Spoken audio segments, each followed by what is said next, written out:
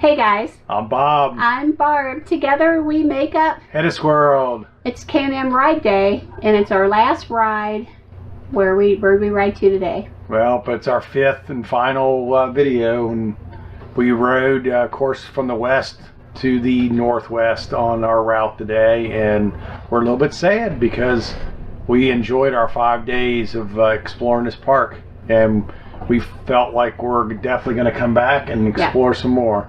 We've seen so much of so little so far. Yep. We're Bob and Barb. We've lived by the rules all of our lives, but in 2020 we threw that rule book out the window.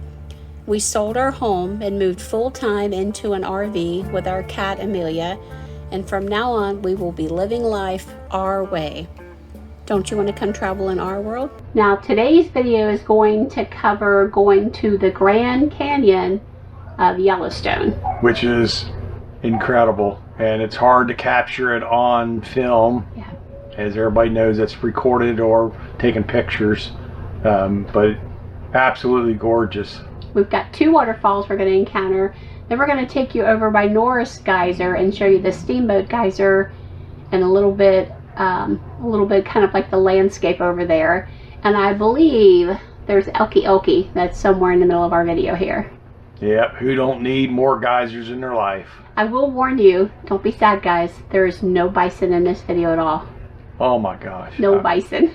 I don't know if I can survive without bison. The bison tend to like going more on the west side, and as you head north you kind of see more of the elk over there. Yeah, they like the grazing land, I think, more that bison do, and the elk get out more where it's rockier and stuff. But now the roads we're going to encounter get a little more rougher as we're going along. Yep. Over here, but it doesn't matter to us. We're out, we're free, we're riding the motorcycle, we got the wind in our hair. Oh, it was chillier today, as you saw at the beginning of the video. Yeah, it was, it probably started out in the mid-40s, I'd say, and it warmed into probably the low 60s. It was nice motorcycle riding weather. The river that runs through the Grand Canyon of Yellowstone is actually the Yellowstone River. And today we're going to be seeing the lower and the upper falls. And each of these was formed by the river's flow over progressively softer, less resistant rocks.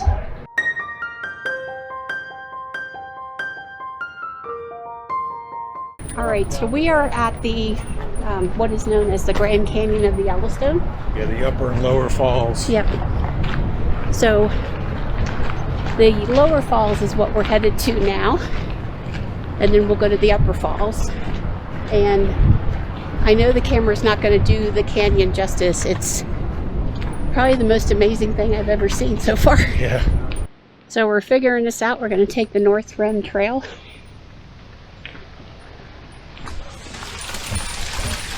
So the trail is very narrow.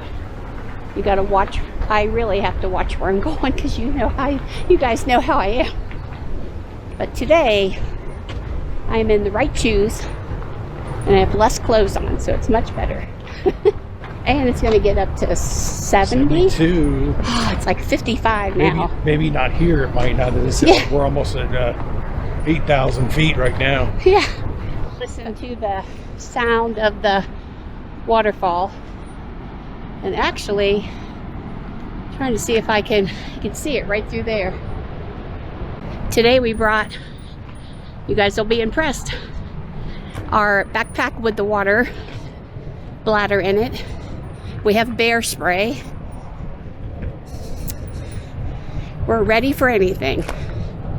Eroded and decomposed rhyolite lava rock. Width varies from 1,500 to 4,000 feet. Depth varies from 750 to 12,000 feet. The lower falls is 1/4 of a mile away. The lower falls at 308 feet is the tallest waterfall in the park. In terms of height alone, it is more than twice the size of Niagara Falls. The amount of water flowing over the falls varies greatly during the seasons. Its peak, of course, is going to be spring, where you've got 63,500 gallons a second flowing over the falls. Now, I'm going to ask everyone on the channel, is there anyone that doesn't like waterfalls? Because I know we've been bringing you a lot of them. But I am absolutely in love. And the sound of the power, man. Yeah. So we're up at Lookout Point. I think I'm going to take you around to the falls. Man, the weather feels so good right now. There's a geyser over there. You can see the steam coming up.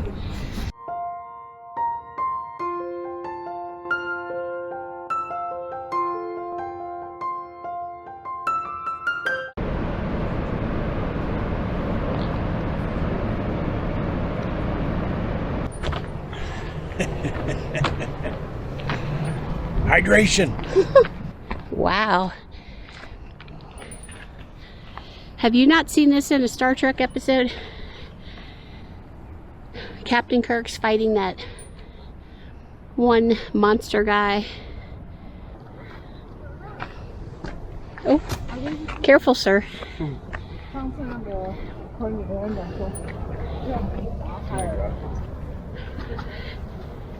Now it's a race. Yeah. Marshall, can you tell him that's dangerous? You gotta do an Instagram headstand when you get out there. Yoga pose. Yoga pose, yeah. Man, he's going, the other guy's going for it. Remember, we don't have a rope. Yeah. The trip must go on. Hey, maybe one at a time. Maybe one at a time. Father, All right, hey, father give us a and thumbs son. up or something. Yeah. 630,000 years ago, there was a huge volcanic eruption that happened here, emptying a large underground chamber of magma. Volcanic ash spread for thousands of miles, and the roof of this chamber slowly collapsed, which formed a giant caldera 30 miles across and 45 miles long, and it began to fill with lava and sediment, and it continued for thousands of years. With all the hydrothermal activity that happens here in Yellowstone, it actually weakened the rhyolite rock that was here, and the Yellowstone River was able to erode and deepen and widen this canyon over time. And it's a process that does still continue today. Oh my goodness.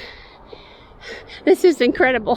The hydrothermal activity of the rhyolite. So looking closely, you'll see the dark oranges, the browns, and the greens. We're gonna walk on the edge.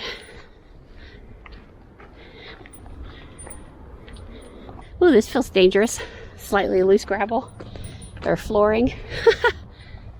So now we have traversed into the mountains of the canyon. So the trail now is back up where we can see the canyon again above the trees. Ooh, above the forest. It's definitely a little more strenuous. Hear me breathing. Be nice to get a full breath of air. So the trail is getting narrower and narrower where it's sliding off. We're passing people coming back. So this is your inspiration point. And me and Bob are going to go right there and have some inspiration. These two waterfalls that we saw today, you would think because they run these paths down to them that they would constantly have to change these paths like they do up in Niagara because rock up there is soft. But these are now flowing over a rock like a granite that will not allow the water to carve through the canyon anymore. So these falls pretty much have not changed in years because of that. Barb keeps tripping over these roots and rocks and bumping them against me. I said, I'm glad I'm here. He's not in danger of going anywhere. I'm saving her from falling into the abyss. The abyss. He can take a hit every now and then. America. Take that.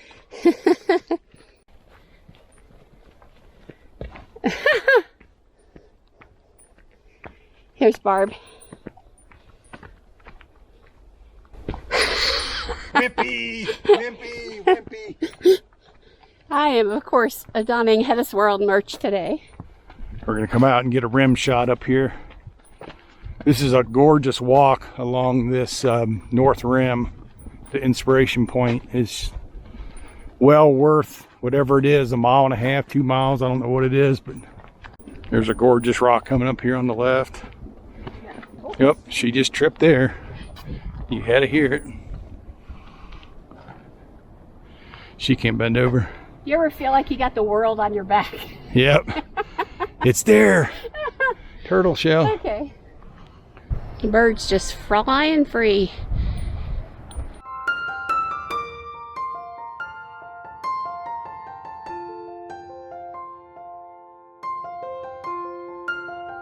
I am inside the Yellowstone Fall Cafe, and as you can see, nothing is open. Not yet. The gift shop has your traditional stuff in it, a little pricey.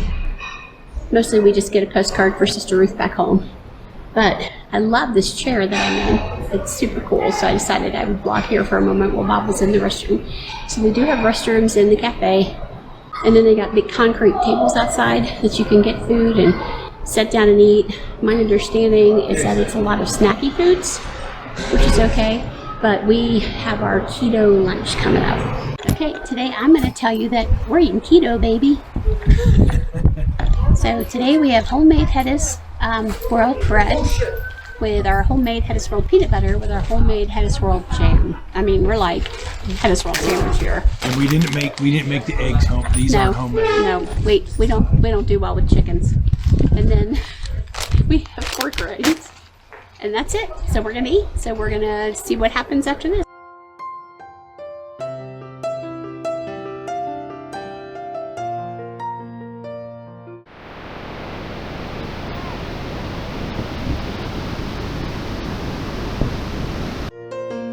The upper falls is significantly smaller than the lower, but standing on the platform next to it and the power you feel from it, you are overwhelmed by it. It falls 109-foot cascades of surging water.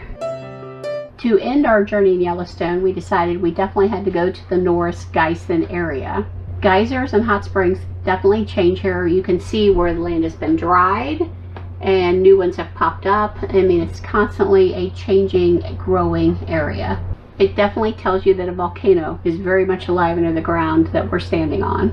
So in the back basin, you definitely have Emerald Springs, but there's all kinds of other springs and geysers that you can walk down and explore while you're here. And then if you head the other way, there's more interesting things that you can see as well. The Steamboat Geyser is the world's tallest active geyser. It's very unpredictable, and it has major eruptions of more than 300 feet. So what they told us about this is that you're pretty close to this geyser. It can go off at any given time. You really have no idea when it might go off. And when it goes off, your cars and vehicles in the parking lot are covered. And then what I thought about while I was standing there, that if this goes off, we're definitely going to be covered in it. Yeah. Because we were right there, but it did not go off. It's like what the moon would be if you had water. Yep. Look at the mountain range and all that, man. Yep. Snow-covered mountains. Beautiful green trees. We definitely came here on the right time of the year. Yep. It wasn't that bad. We've seen bison and we've seen elk. We've seen lots of steam.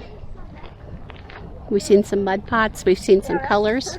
This was definitely a sad day for both of us because this was the last time we were going to get to see geysers, mud pots, steam, bison, elk, you know. Definitely knowing in the back of our minds that we were definitely going to return to Yellowstone as one of our favorite national parks for sure. You just cannot cover it. 5 days, 600 miles of riding. Still, we just barely scratched the surface. There are so many side roads. Besides your main roads, there's so many side roads that you can explore, and there's trails everywhere, and every place you look is different. And they say every time you come back from year to year, it's different. Just different geysers open up and other geysers close. It is just a park that's immense in size, and we are definitely looking forward to coming back at some point. It's now in our top 5, probably our number 2 most favorite national park in the United States. Yes. I am attaching the 4 other videos below because you definitely want to understand we tried to be extremely detailed and show you not only do the tourist side, the things that everyone's heard of, but like Bob said, drive down and hit all those little roads. That's what we were trying to do in our videos, is try to make it feel as real as you can on a film. We hope that you like these videos. Yeah. We've tried to be detailed and entertaining. We hope that you've learned about what to do and not to do with bison. Yeah. We want you definitely to learned that.